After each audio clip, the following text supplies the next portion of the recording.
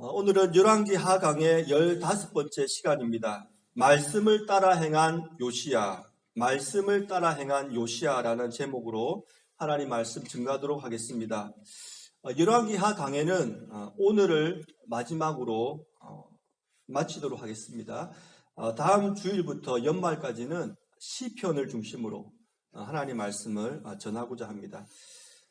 지난 주일 이 집사님 네 분과 이야기를 하면서 인요한 목사님의 가정 그리고 노스캐롤라이나 블랙마운틴에 거주하시는 선교사님들에 대한 이야기를 들을 수가 있었습니다. 지난 주간 유튜브에서 영상을 찾아서 이분들의 이야기를 다시 접하게 되었습니다. 인요한 선교사님, 린턴 선교사님 가정, 블랙마운틴 선교사님 거주지, 이런 영상들을 본 다음에 제 마음속에 세 가지 생각이 들었습니다. 모두가 다 부자로 시작합니다. 첫 번째는 부끄럽다는 생각이 제일 많이 들었습니다. 인요한 선교사님의 가정은 4대째 한국에서 사역을 하고 있습니다. 선교사님의 증조 외할아버지가 유진벨 선교사님이고 할아버지가 윌리엄 린턴 선교사님입니다. 이분들은 1912년 미국 남장로교 선교사로 한국에 도착했습니다. 일제강점기와 한국 전쟁 시기를 거치면서 약 50년간 호남과 충청 지방에서 선교와 교육 사역을 했습니다. 만일 지금 외국인 선교사가 한국에 와서 선교를 한다고 하면은 조금 우스울 것입니다. 왜냐하면 지금 대한민국은 이 유진벨 선교사님, 윌리엄 린턴 선교사님이 오셨던 1900년대 초와는 비교할 수 없는 정도로 성장을 했기 때문입니다. 먹는 것을 좋아하시는 분에게는 한국에 엄청난 맛집들이 있습니다. 하지만 이분들이 한국에 처음 왔던 1912년 이때는 한국은 결코 안전하지도 않았고 살기 좋은 것도 아니었죠. 맛집은 고사하고 굶지 않고 살아갈 정도만 해도 감사한 그런 시절이었는데 이분들이 일평생을 한국에 와서 그들의 모든 삶을 바친 겁니다. 저희 교회도 3년 전에 교회를 개척하면서 우리 소망교회도 조금 선교하는 교회가 되어야겠다. 그런 좀 생각을 많이 가졌습니다. 그래서 부족하지만 매달 헌금의 11조를 두 분 선교사님에게 보내드리고 또 미국 교회와 연합해서 또 지역 인근에 있는 선교센터에 가서 우리가 봉사 사역도 합니다. 하지만 이 린턴 선교사님 가정과 비교하면 감히 명함을 내밀지를 못합니다. 두 번째로 든 생각이 뭐였냐면 부럽다입니다. 부럽다. 한국에서 오랫동안 사역을 하시고 지금은 블랙 마운틴에 정착해 계신 선교사님들의 인터뷰 영상을 쭉 봤습니다. 이제는 백발의 노인이 되어가지고 이제 아무런 힘도 없는 그분들의 입에서 공통적으로 나온 고백이 있었습니다. 하나님께서 부족한 저를 한국 선교를 위하여 사용해 주셔서 감사합니다. 한국에서의 사역은 절대 후회하지 않습니다. 많은 열매를 보게 되어 너무나 감사합니다. 이것이 그분들의 공통된 고백이었습니다. 우리도 언젠가는 백발의 노인이 될 것입니다. 그리고 몇몇 분들은 이미 머리가 하얀 분도 계십니다. 우리가 지나온 인생을 되돌아볼 때에 하나님께서 부족한 나를 하나님의 영광과 나를 위해 사용해 주셨다. 이 고백보다 더 값지고 감사한 것이 어디에 있겠습니까? 그런 의미에서 이 선교사님들의 삶은 굉장히 부러운 삶인 것입니다. 마지막으로 든 생각은 부전자전이라는 것입니다. 부전자전. 앞에서도 잠시 제가 말씀을 드렸듯이 린턴 선교사님 가정은 4대째 지금 한국에서 사역을 하고 있습니다. 유진벨 선교사님부터 시작해서 그의 사위인 윌리엄 린턴, 그의 아들인 휴 린턴, 또 그의 아들인 스티븐 린턴과 그의 형제들. 참고로 3대째 내려온 휴 린턴 선교사님은 1926년에 전북 군산에서 태어나셔서 전라남도 도서 지역에 600여 교회를 개척하신 분이고 한국 전생 당시 직접 인천 상륙작전에 참여한 분입니다. 그리고 그의 아들인 스티브 린턴 이 선교사님은 전북 전주에서 태어나셔서 현재 의료 대북 지원 사역을 하고 있는 유진벨 재단의 회장으로 북한 선교를 하고 있습니다. 1979년부터 북한을 80회 이상 방문을 했고, 우리가 잘 아는 빌리 그레아 목사님이 김일성 주석을 만날 때 통역을 했던 그런 분입니다. 저는 이 세 가지 제 마음속에 든 생각 중에서 부전자전이다, 이 단어가 가장 신기하고도 감동적이었습니다. 한 사람이 하나님께 부름받아서 일평생 주님의 사역을 위해서 헌신하는 것, 참으로 귀하고 영광된 것이지요. 하지만 그 첫 세대의 신앙이 자녀에게 이어질 뿐만 아니라 그 사역까지 이어진다는 것은 거의 기적에 가깝기 때문입니다. 우리는 지난 15주 동안 열왕기하를 중심으로 하나님의 말씀을 나누었습니다. 열왕기하는 이스라엘의 왕정에 대한 이야기죠.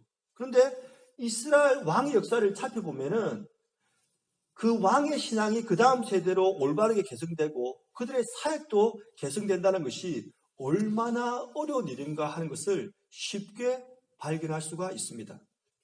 이스라엘의 초대왕 사울은 다음 세대의 왕권도 이어주지 못했지요.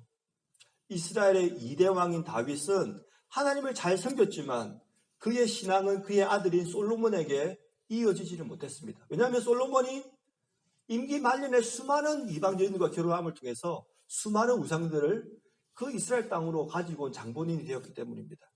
솔로몬의 아들은 또 어떻습니까? 르호보암 때에 설상가상으로 이스라엘이 북이스라엘과 남유다로 갈라졌고, 이 갈라진 채로 그 나라들이 다 아수르와 바벨론에서 패망하고 말았습니다. 이렇게 신앙이 대를 이어서 내려오기가 힘들다는 것입니다. 우리가 오늘 읽은 이 본문도 마지막입니다. 오늘 본문은 남유다의 마지막, 거의 마지막 역사를 지금 말하고 있습니다. 지난 시간에 살펴본 히스기야 왕, 이 히스기야 왕은 몇 가지 문제점이 있음에도 불구하고 성경의 기자들이 선한 왕이라고 평가를 합니다. 그런데 이 히스기야 신앙이 어떻게 되었습니까? 그 아들로 이어졌습니까? 아니지요. 그 아들 므낫세에 와서는 가장 악한 왕 중에 한 명으로 평가를 받는 것입니다. 그리고 므낫세의 아들인 아몬은 아버지로부터 왕위를 이어받았지만 우상 숭배와 악행을 통해서 2년 만에 신복에 의해서 암살을 당하고 말았습니다. 그 아들이 바로 요시야인 것입니다. 그런데 이 요시야는 할아버지 므낫세, 아버지 아몬과 달리 증조 할아버지인 히스기야와 같이 선한 왕이었습니다. 그러니까 우리가 이런 모습을 볼 때 참으로 신앙이 계승된다는 것, 또 그들의 선한 사역이 계승된다는 것이 참으로 쉽지 않으면 우리가 금방 깨달아 알 수가 있는 것입니다. 그런 의미에서 린튼 선교사님의 가정, 그분들의 신앙과 사역이 계속 4대째 계승되었다는 것은 역으로 말씀드려서 amazing, 놀라울 수밖에 없는 것입니다.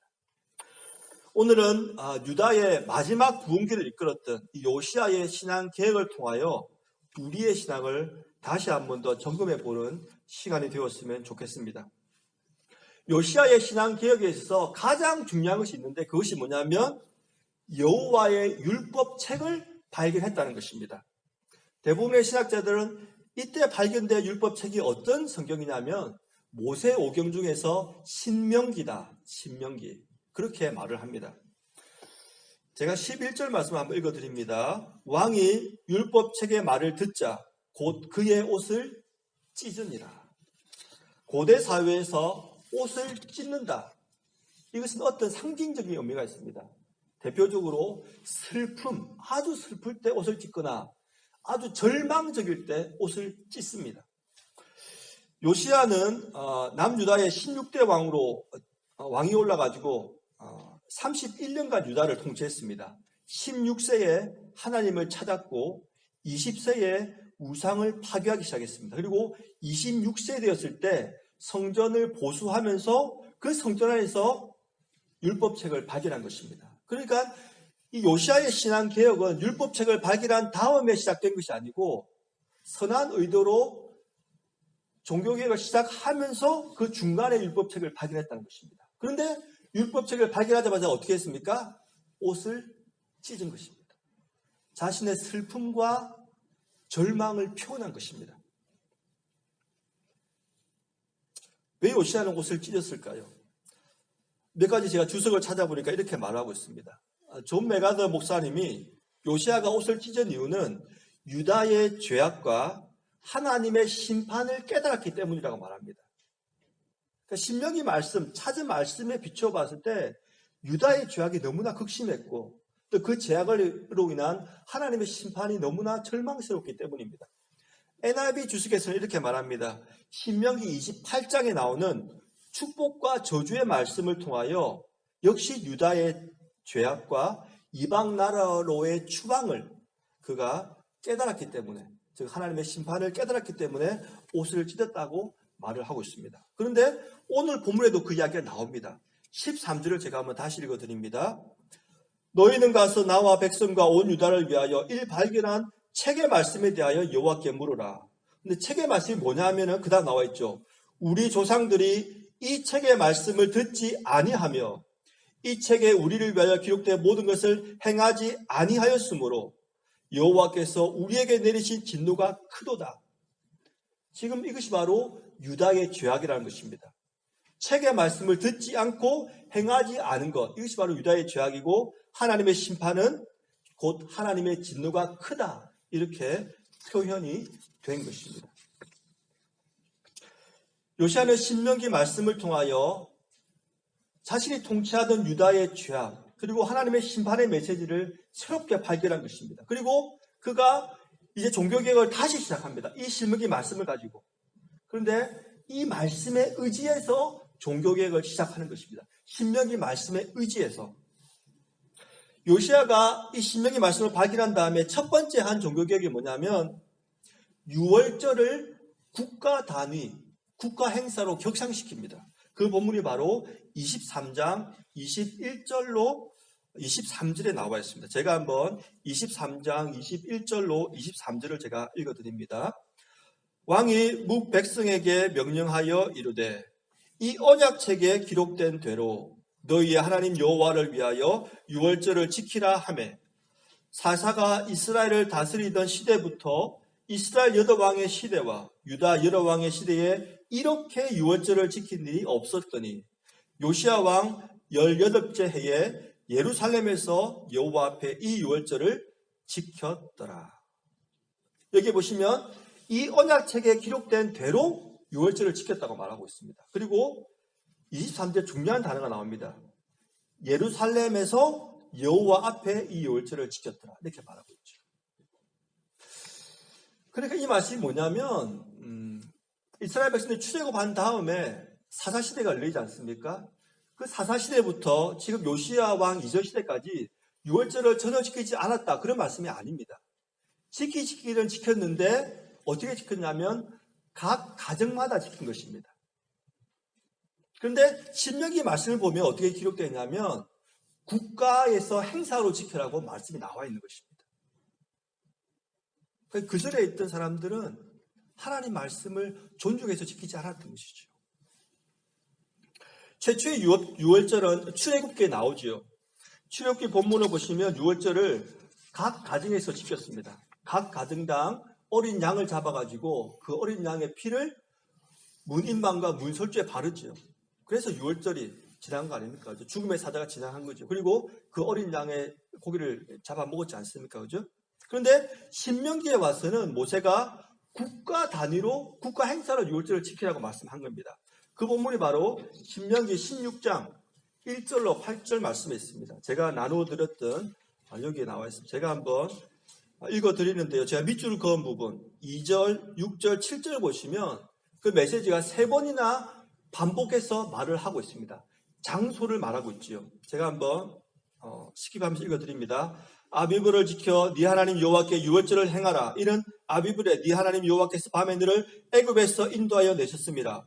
여호와께서 자기의 이름을 두시려고 택하신 곳에서 소와 양으로 네 하나님 여호와께 유월절 제사를 드리되 이렇게 되어 있죠. 그 다음에 5절입니다.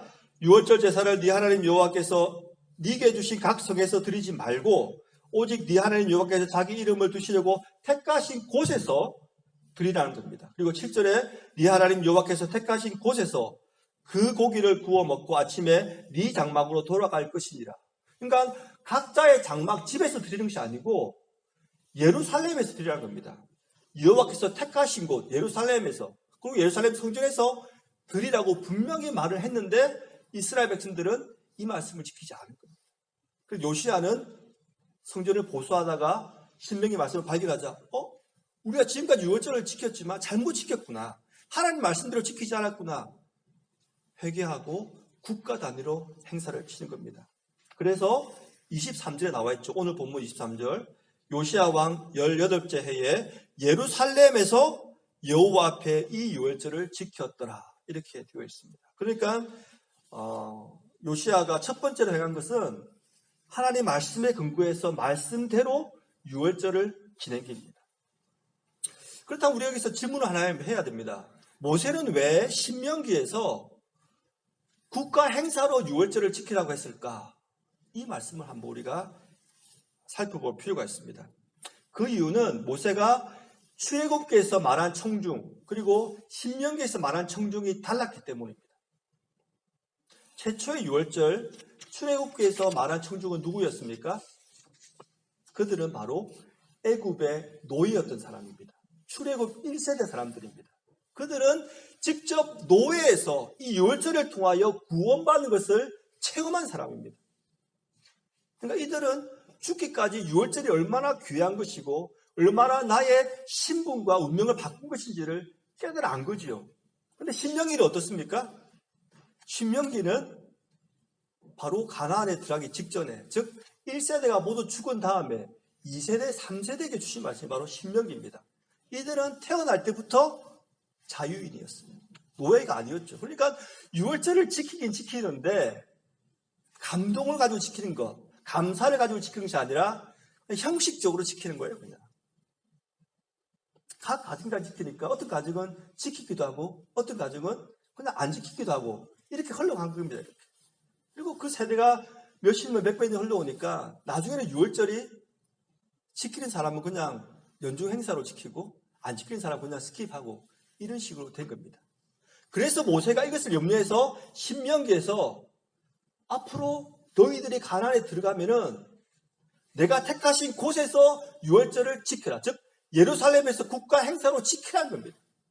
그래서 모든 사람이 유월절을 통하여 우리가 애굽에서 구원받았고 하나님께서 우리 민족을 구원하셨다는 것을 깨닫도록 해라는 것입니다.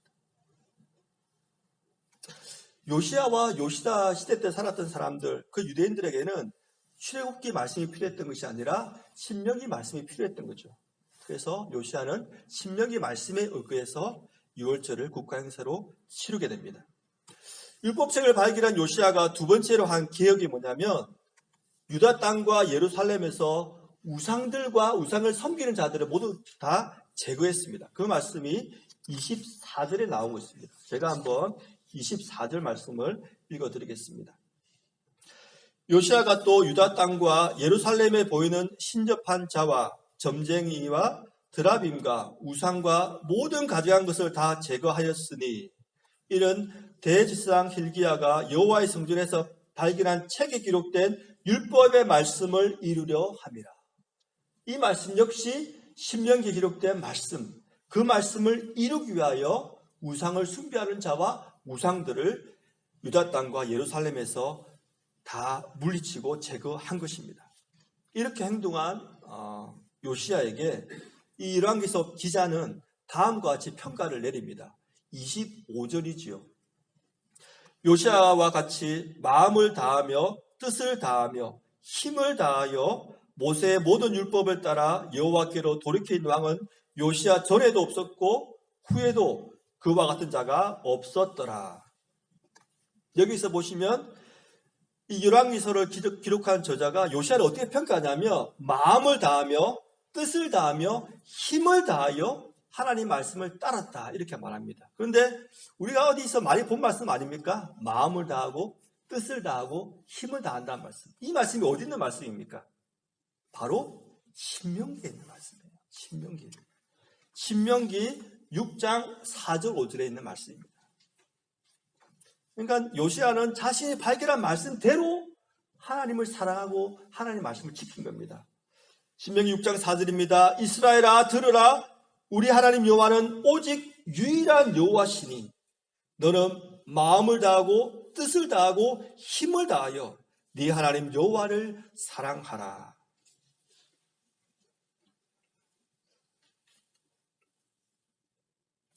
그런데 이 말씀은 요시야 시대 때 끝난 것이 아니고 신약에 와서 예수님께서도 똑같은 말씀을 우리에게 주신 것입니다. 예수님께서 마가복음 12장 29절 30절에 이렇게 말씀하고 있습니다. 한번 위에 있는 신명기 말씀과 비교해서 한번 읽어보시기 바랍니다. 예수께서 대답하시되 첫째는 이것이니 이스라엘아 들으라.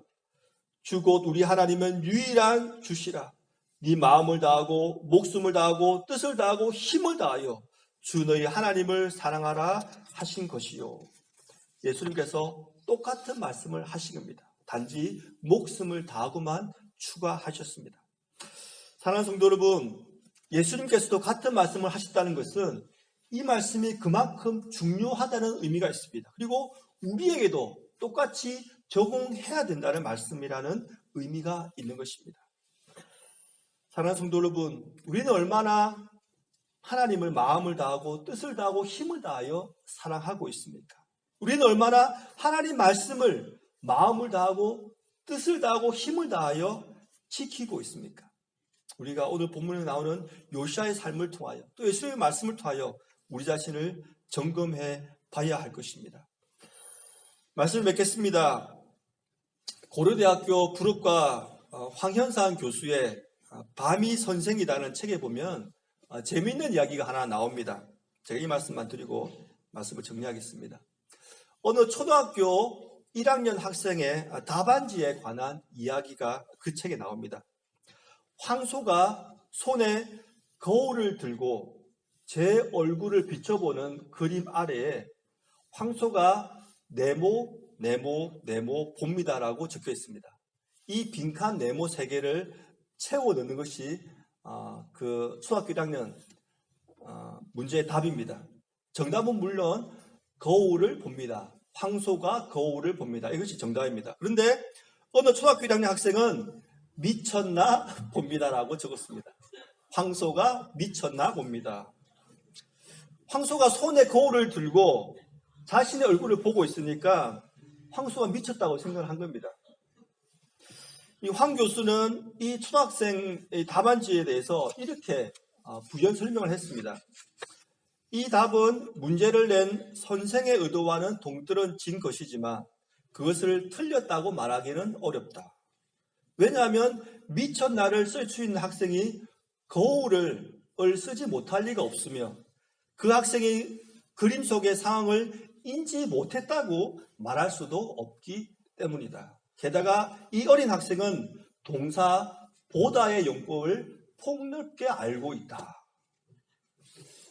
저도 황 교수님 말씀에 100% 동의합니다. 제가 좀 더 생각해 보니까 답이 더 있을 것 같아요. 황소는 얼굴을 봅니다. 황소는 무엇을 봅니다. 그죠? 여러 가지 답이 될 수 있을 것 같습니다. 근데 언뜻 생각이 드는 게 이런 문제에는 우리가 여러 가지 답이 나올 가능성이 있지만 우리의 신앙생활이라는 것은 이 비어있는 네모 빈칸이 아니라는 것입니다. 우리의 신앙생활은 아무거나 할 수 있는 아무거나 오케이 하는 그런 것이 아니라는 것입니다. 즉 달리 말씀드리면 각자가 옳다고 생각하는 대로 행동하는 것이 신앙생활이 아니라는 것입니다. 하나님 말씀에 근거해서 신앙생활을 하는 것이 올바른 신앙생활이라는 것입니다. 요시야는 율법책을 발견한 이후에 그 율법책에 나오는 말씀에 따라서 유월절을 거행하고 우상을 제거했습니다. 우리도 마찬가지입니다. 우리에게 이미 하나님께서 하나님의 말씀을 주셨습니다. 올해가 이제 2달도 남지 않았지요.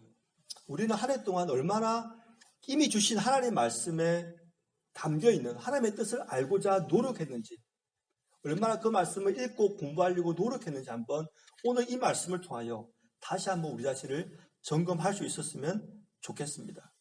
사랑하는 성도 여러분, 하나님 말씀을 더욱 부지런히 읽고 열심히 공부하십시다. 그래서 우리를 향하신 하나님의 뜻을 발견하십시다. 그리고 그 말씀에 우리의 마음을 다하고 뜻을 다하고 힘을 다하여 순종하십시다. 주님께서 우리 모두에게